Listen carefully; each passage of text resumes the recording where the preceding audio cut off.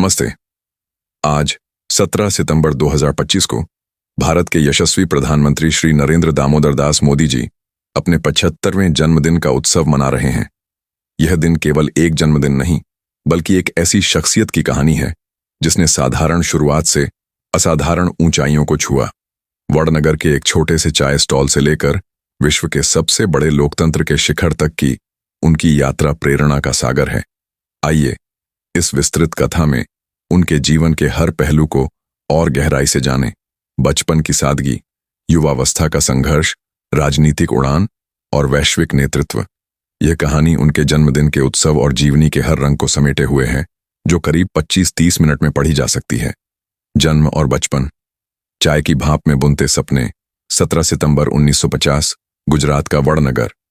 आजादी के 3 साल बाद का भारत। छोटा सा कस्बा जहां दामोदर दास मूलचंद मोदी और हीराबेन मोदी का परिवार रहता था। नरेंद्र उनके 6 बच्चों में तीसरे एक साधारण घर में पैदा हुए। घांची समुदाय, जो अन्य पिछड़ा वर्ग ओबीसी में आता है, कि यह छोटी सी दुनिया थी। पिता रेलवे स्टेशन पर चाय का स्टॉल चलाते थे।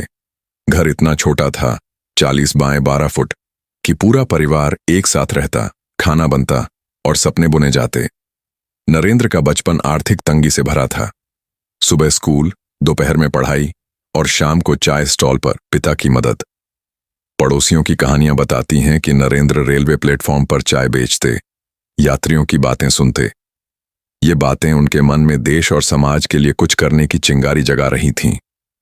बचपन में नरेंद्र का जन्मदिन सादा होता। शायद मां हीराबेन मंदिर में पूजा करती, नरेंद्र को तिलक लगाती और घर में बनी मिठाई बांटी जाती। कोई बड़ा उत्सव नहीं, बस परिवार की दुआएं। स्कूल में नरेंद्र औसत छात्र थे, लेकिन वाद विवाद और नाटकों में अव्वल। वे शिवाजी जैसे किरदार निभाते, जिनमें नेतृत्व की झलक दिखती। 8 साल की उम्र में वे राष्ट्रीय स्वयंसेवक संघ आरएसएस की शाखा में गए। वहां लक्ष्मणराव इनामदार, जिन्हें वे वकील साहब कहते, उनके गुरु बने। आरएसएस ने उन्हें अनुशासन, देशभक्ति और सेवा का पाठ पढ़ाया। वे स्कूल के बाद शाखा में समय बिताते, जहां योग, व्यायाम और विचार विमर्श होता। एक किस्सा मशहूर है। किशोरावस्था में नरेंद्र ने बाढ़ में फंसे एक मगरमच्छ के बच्चे को बचाया। यह उनकी नन्ही उम्र में साहस की कहानी थी।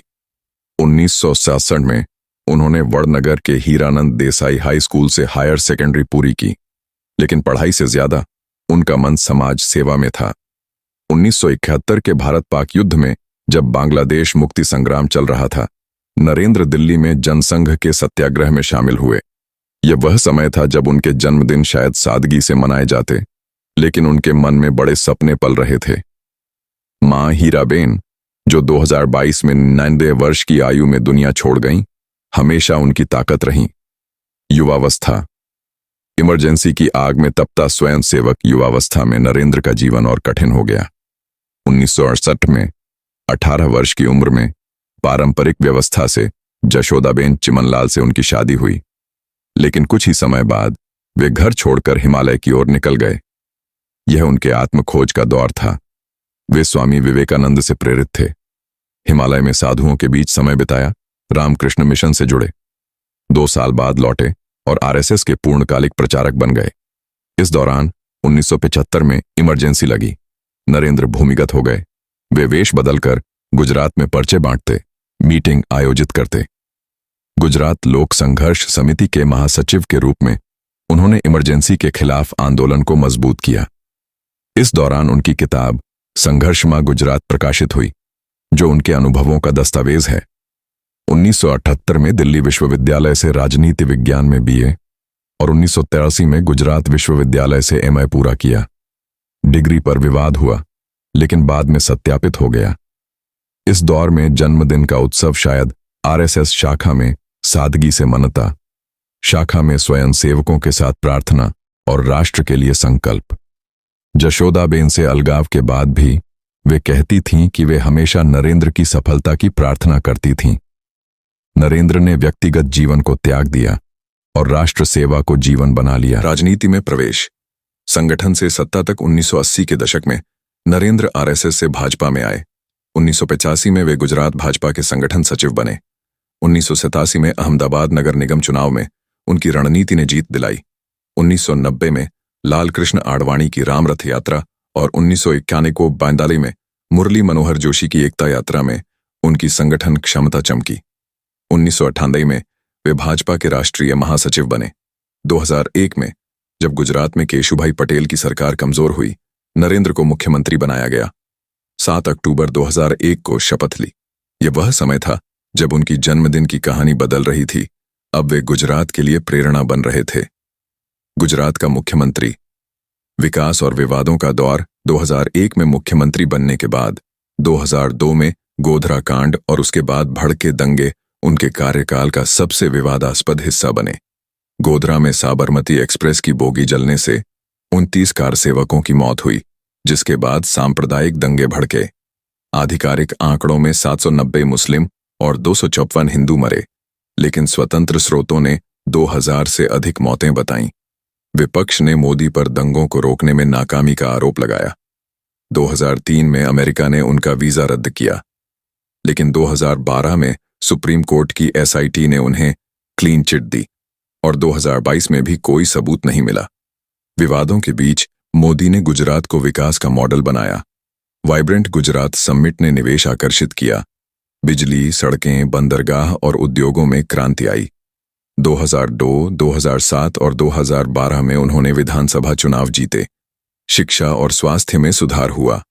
सौर ऊर्जा और नर्मदा नहर परियोजनाएं शुरू हुईं।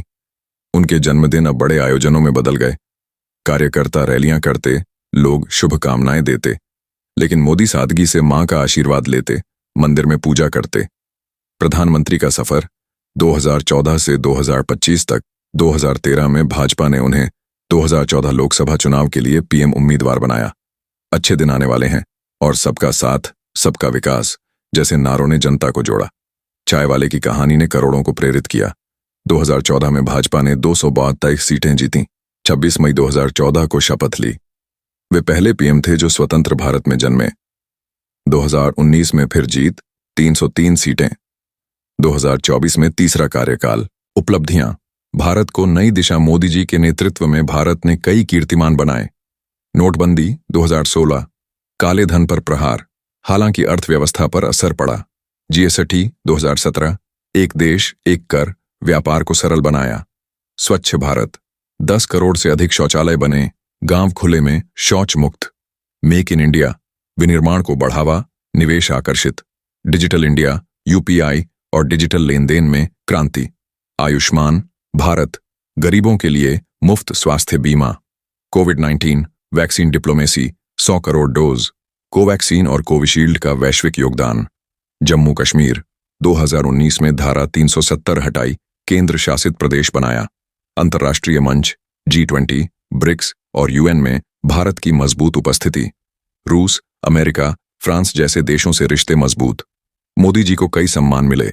संयुक्त राष्ट्र champions of the earth 2018, America legion of merit 2020, रूस order of saint Andrew 2019, France grand cross of the legion of honour 2023। विवाद और आलोचना। मोदी जी का कार्यकाल विवादों से मुक्त नहीं रहा। 2002 दंगों की छाया, हिंदू राष्ट्रवाद के आरोप और अल्पसंख्यक नीतियों पर सवाल उठे। नोटबंदी और GST से छोटे व्यापारियों को परेशानी हुई। बेरोजगारी और महंगाई पर विपक्ष ने हमले किए, फिर भी उनकी लोकप्रियता बनी रही। प्यू रिसर्च 2017 के अनुसार 88% भारतीय उनकी नीतियों का समर्थन करते थे। 75वां जन्मदिन, उत्सव और प्रेरणा। आज 17 सितंबर 2025 को भारत में उत्सव का माहौल है। वाराणसी में गंगा आरती, स्कूलों में रंगोली, मंदिरों और गुरुद्वारों में प्रार्थनाएं। अमित शाह, JP नड्डा, योगी आदित्यनाथ जैसे नेता बधाई दे रहे। विश्व नेता बाइडन, पुतिन, मैक्रो फोन कर रहे। लेकिन मोदी जी का जन्मदिन हमेशा सादा रहा। वे कहते हैं, यह दिन मेरे लिए राष्ट्र सेवा का संकल्प है। 2022 में उन्होंने जन्मदिन पर नामीबिया से चीते लाकर पन्ना टाइगर रिजर्व में छोड़े। 2024 में 8 चीते और आए। आज 75 की उम्र में बीजेपी की अनौपचारिक रिटायरमेंट नीति के बावजूद वे सक्रिय हैं। RSS प्रमुख मोहन भागवत ने हाल में कहा कि उम्र सेवा में बाधा नहीं। प्रेरणा का संदेश। मोदी जी की जीवनी एक सबक है। सपने कितने भी बड़े हों, मेहनत और समर्पण से हासिल हो सकते हैं। चाय स्टॉल से विश्व मंच तक उनका जीवन हमें सिखाता है कि कठिनाइयां रास्ता रोक सकती हैं, लेकिन रोक नहीं सकती। वे कहते हैं, मेरा जीवन भारत माता को समर्पित है। आज उनके 75वें जन्मदिन पर भारत उन्हें सलाम करता है। जन्मदिन मुबारक मोदी जी।